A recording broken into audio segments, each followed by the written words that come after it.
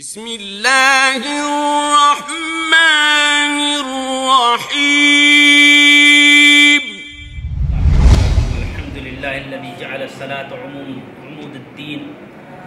اللہ تعالیٰ کی حمد و ثنا جس نے نماز کو دین کا ستون بنایا، جس رب ذوالجلال نے اپنی کھلی ہوئی کتاب میں یہ ارشاد فرمایا وَإِنَّهَا لَكَبِيرَةٌ إِلَّا عَلَى الْخَاشِعِينَ کہ نماز یہ گنا گزرتی ہے، بھاری ہے ہر شخص پر، لیکن وہ لوگ جو اللہ تعالیٰ سے صحیح معنوں میں ڈرتے ہیں، خشوع اختیار کرتے ہیں، وہ بندے جو یہ گمان کرتے ہیں کہ یقیناً ایک دن آنے والا ہے جس دن میں انہیں اللہ رب العالمین سے ملنا ہے، ان کے طرف پلٹ کر جانا ہے، ان کو وہ بندے جنہیں یہ خیال ہے کہ اللہ تعالیٰ سے ہمیں ملنا ہے، ان کے اوپر نماز بھاری نہیں ہے۔ اللہ نے اس نماز کو اپنے بندوں پر فرض کیا بغیر ان کے کسی حاجت کے، لیکن اس نماز کے ادا کرنے والوں پر بہت سارے فضل و اکرام کا مستحق بھی ٹھہرایا، اور اللہ تبارک و تعالیٰ نے اسی طریقے سے نماز کے اندر سستی کرنے والے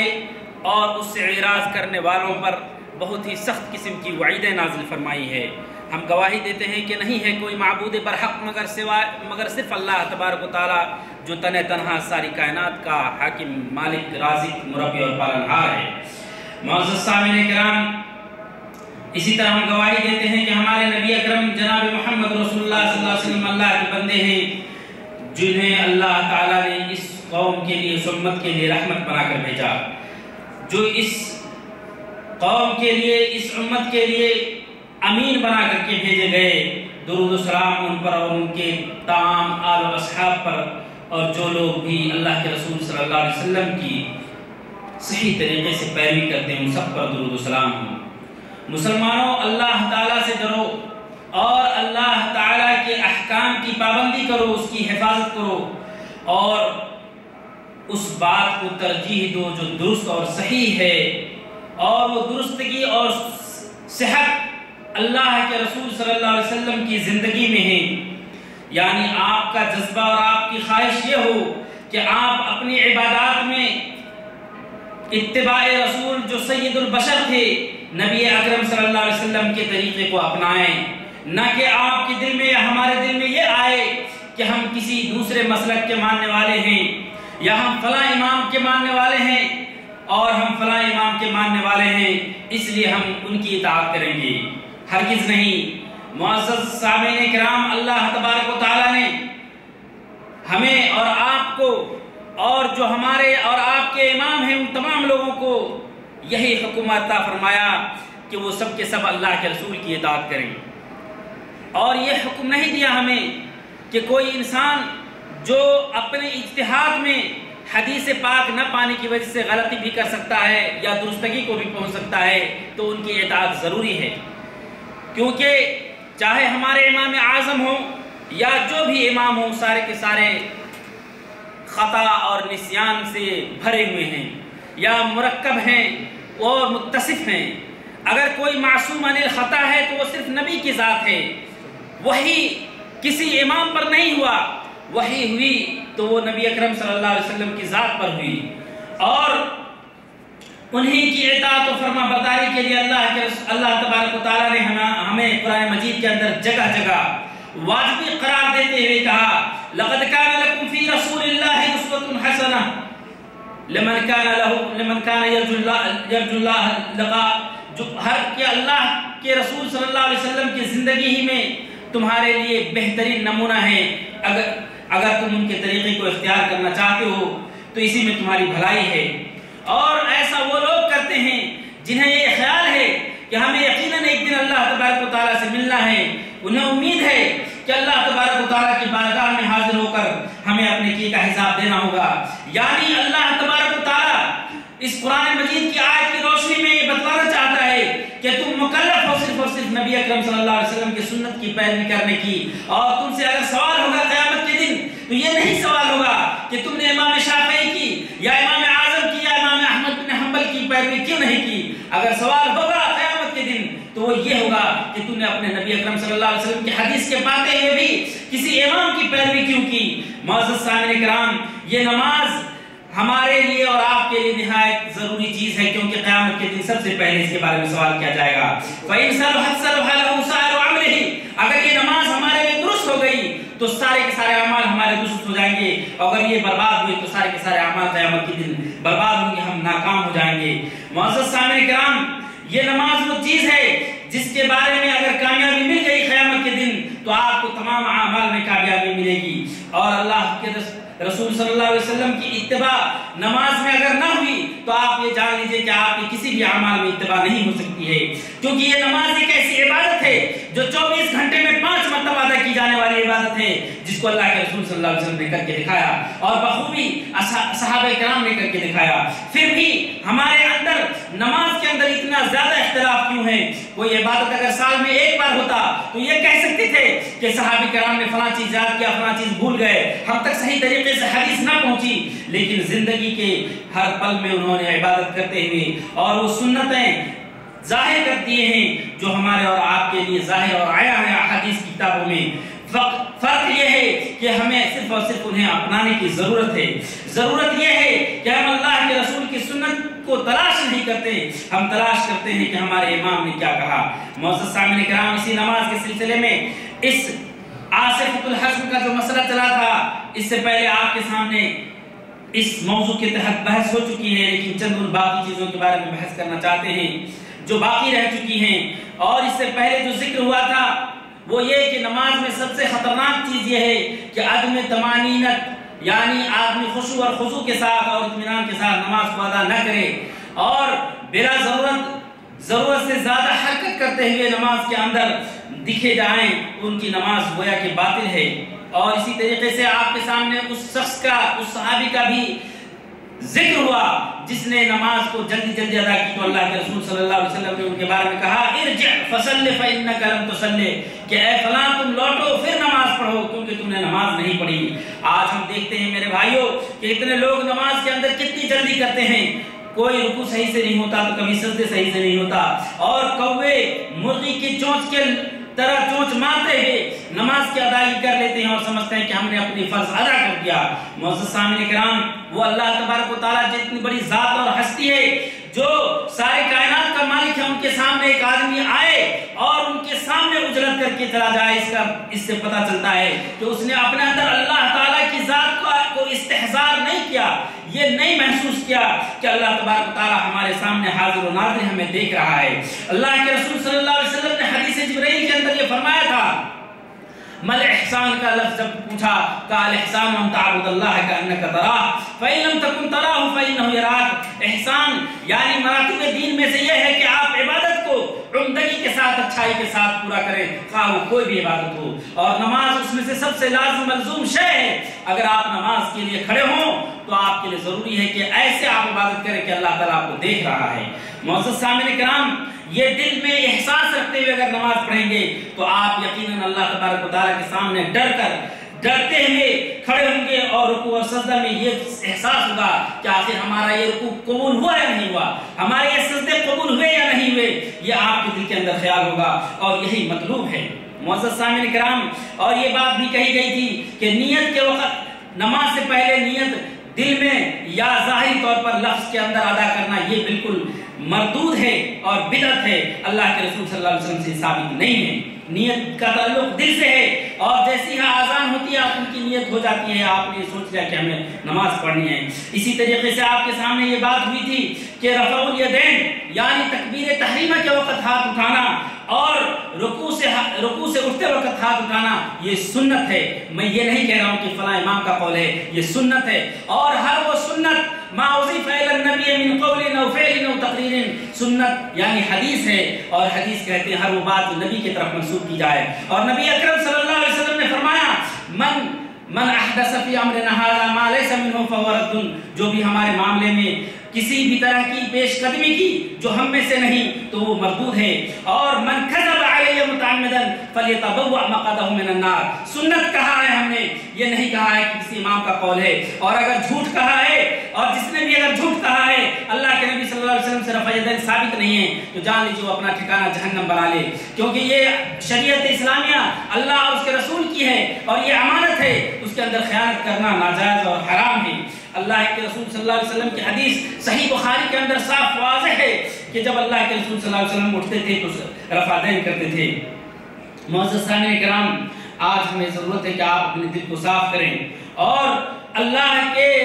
دین کو اس طریقے سے سیکھیں اور انجام دیں جس طریقے سے نبی کریم صلی اللہ علیہ وسلم نے ادا کیا اور انہی کے طریقے پر صحابہ کرام نے بھی ادا کیا، اس لیے وہ رضی اللہ عنہ ورضوانہ کہلائے۔ معزز سامعین کرام، اسی طریقے سے بہت سارے لوگوں کو آپ دیکھتے ہیں کہ نیت کے وقت ہاتھ کو چھوڑ کر کے کھڑے ہوتے ہیں، یہ بھی بالکل ثابت نہیں ہے، بلکہ اللہ کے رسول صلی اللہ علیہ وسلم نے فرمایا انا معشر الانبیاء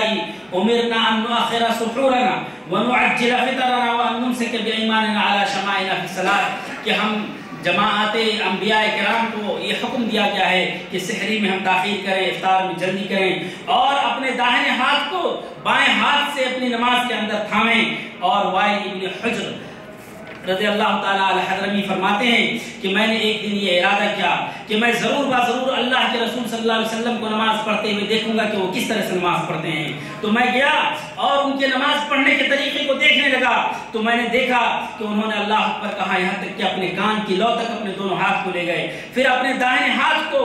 اپنے بائیں ہتھیلی پر رکھا اور اے اللہ کے بندو، اسی لیے آپ اپنے سنت نبی کی سنت کو اپنائیں اور اس کے اندر سستی نہ کریں۔ ہر وہ لوگ جو اللہ اور اس کے رسول پر ایمان رکھتا ہے انہیں معلوم ہونا چاہیے کہ نماز کے اندر چھوٹے سے چھوٹے عمل کی بھی فضیلت بہت زیادہ ہے۔ یہ نہ سوچے کہ آمین یا اسی طریقے سے یہ چھوٹے معاملے اس کو کریں نہ کریں، نہیں، جس کام کو اللہ کے رسول نے کیا ہے اس کی بڑکپن کا آپ کو احساس نہیں۔ اگر آپ محبت رسول کا دعویٰ کرتے ہیں تو آپ کو یہ احساس ہونا چاہیے کہ رسول کی ہر نقش قدم پر چلنا ہمارے لیے ضروری ہے۔ معزز سامعین کرام، اسی طریقے سے آمین بالجہر کا مسئلہ ہے۔ اللہ کے رسول صلی اللہ علیہ وسلم جب القرآن یعنی سورہ فاتحہ پڑھ کے فارغ ہوتے تھے تو زور سے آمین کہتے تھے اور لوگوں سے کہتے تھے اذا امن الامام فامنوا، جب امام آمین کہے تو تم بھی آمین کہو۔ اور یہ دلیل ہے کہ مقتدی بھی امام کے ساتھ آمین کہے گا۔ ابن حزم رحمۃ اللہ علیہ فرماتے ہیں کہ ماموم یعنی مقتدی پر یہ آمین کہنا فرض اور واجب ہے اور اسی طریقے سے زور سے کہنا واجب ہے، جیسا کہ بخاری کی روایت ہے ان النبی قال واذا قال غیر المغضوب علیہم ولا الضالین فقولوا آمین، کہ جب امام غیر المغضوب علیہم کہے تو تم آمین کہو۔ اور امام نووی رحمۃ اللہ علیہ فرماتے ہیں کہ اس میں ظاہری دلالت ہے کہ ماموم یعنی مقتدی پر آمین کہنا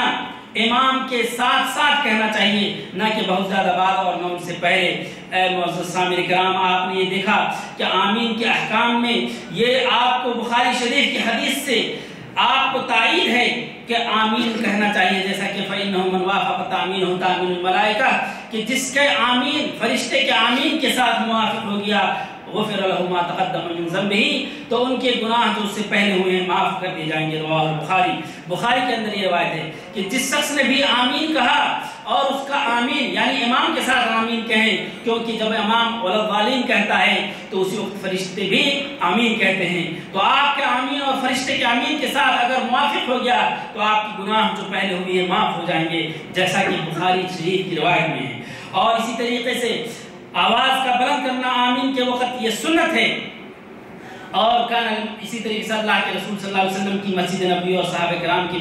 کی مسجدوں میں کہتے ہیں کہ جب آمین کہتے تھے تو آمین کی وجہ سے مسجد گونج اٹھتی تھی، اور گونجتی اسی وقت ہے جب آواز بلند ہوتی ہے۔ معزز سامعین کرام، اسی طریقے سے یہ غلطیاں بہت سارے جاہلوں سے ہوتا ہے کہ انسان اپنے امام سے پہلے رکوع کر دیا یا سجدہ کر دیا، ان کے سجدہ میں جانے سے پہلے سجدہ میں چلا گیا، یہ بہت ہی بھیانک غلطیاں ہیں۔ اللہ کے رسول صلی اللہ علیہ وسلم نے منع ہی نہیں کیا بلکہ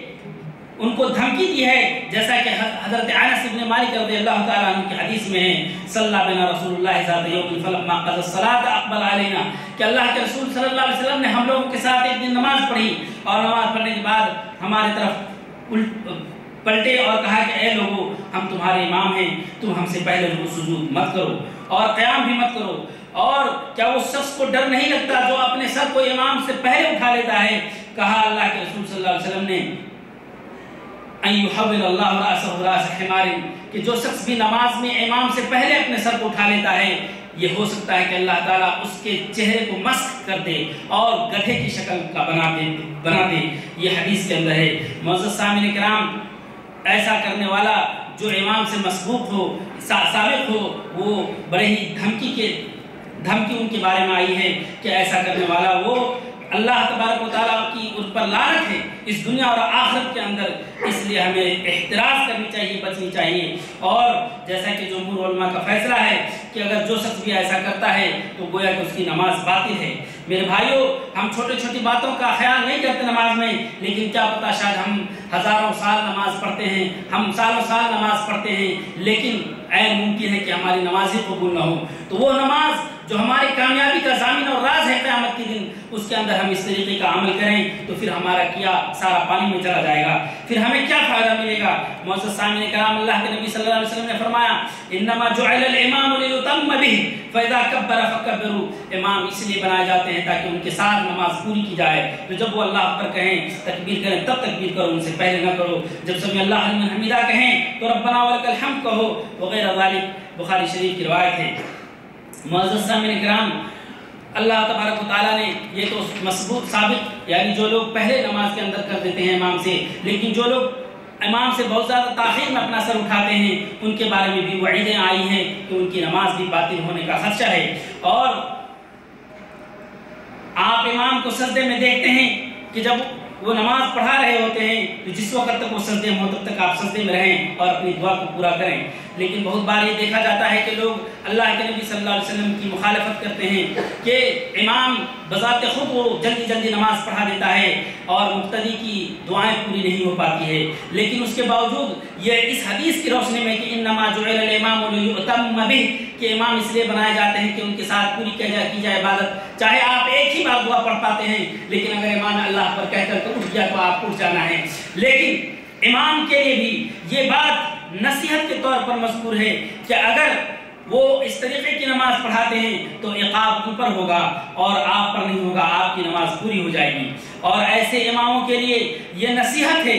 کہ وہ ضامن ہیں، وہ ذمہ دار ہیں نماز کے، کہ ان کے اوپر طمانینت اور خشوع اور خضوع اور اطمینان کو بحال رکھنا واجب ہے کہ نماز ان کی بھی صحیح ہو اور مقتدی کی بھی تشفی بخش نماز ہو. معزز سامعین کرام، دونوں بات آیا آپ کے سامنے رکھی گئی کہ آپ کی نماز ہو جائے گی چاہے امام جلدی کیوں نہ کریں، لیکن اس امام کے لیے دھمکی ہے، یہ نصیحت ہے کہ وہ ضامن ہے، یعنی وہ ذمہ دار ہے مقتدی کے نماز پورے کرنے اور نہ کرانے کا. اگر نماز باطل ہوئی، ضائع ہوئی تو سارا عقاب اس امام کو ملے گا. ایسے اماموں کو ڈرنا چاہیے کہ اللہ اور اس کے رسول صلی اللہ علیہ وسلم کی دھمکی ہے کہ وہ نماز کے اندر جلدی کر کے نہ پڑھائیں. اور اللہ کے رسول صلی اللہ علیہ وسلم نے فرمایا امرت ان اسجد علی سبعۃ اعظم علی الجبہۃ واشار بذلال انفہ. اور اللہ کے رسول نے کہا کہ 7 اعضاء پر ہمیں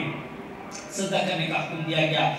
ناک اور پیشانی تو ایک، پھر دونوں ہتھیلی، دونوں گھٹنے اور دونوں پاؤں کو زمین کے اندر سٹانے کا حکم ہے. معزز سامعین کرام، اس کے برخلاف اگر کوئی شخص کرتا ہے تو گویا کہ اس نے سنت کو ادا نہیں کیا. اور بلکہ بعض علماء کرام نے کہا کہ اگر پورے سجدے میں اگر اس نے اپنے پاؤں کو اٹھائے رکھا تو اس کی نماز باطل ہے، لیکن اگر تھوڑی دیر کے لیے اٹھ گیا پھر اس نے اپنے پاؤں کو زمین میں ٹکا دیا تو ان کی نماز ہو جائے گی. اور کسی کے لیے مناسب نہیں ہے کہ اس طرح کے خطرات کو سن کر کے بھی نماز کے اندر ایسے کاموں کو، ایسے حرکات کو کریں جو ان کی زیب و زینت سے تعلق رکھتی ہو اور نماز سے غافل کر دیتا ہو. معزز سامعین کرام، اللہ تعالیٰ نے کہا لقد کان لکم فی رسول اللہ اسوۃ حسنہ، کہ نماز کے اندر ہی نہیں بلکہ زندگی کے ہر ادوار میں تمہارے لیے اللہ کے رسول صلی اللہ علیہ وسلم کی زندگی میں بہترین نمونہ ہے. تو نمونہ اگر بہترین قرآن مجید نے اس بات کی دلیل دی ہے تو ہمارے لیے ضروری ہے کہ ہم حدیث پاک کو دیکھیں. اور ہمارے ائمہ کرام نے اس بات کو واضح طور پر اپنی کتابوں میں لکھا ہے کہ اذا وافق الحدیث فہو مذہبی، یا اذا وجدتم الحدیث فہو مذہبی، جب تم حدیث کو میرے بات کے مخالف پاؤ تو یہ مانو کہ وہی میرا مذہب ہے. یا یہ بھی کہا کہ اگر کوئی بات میرے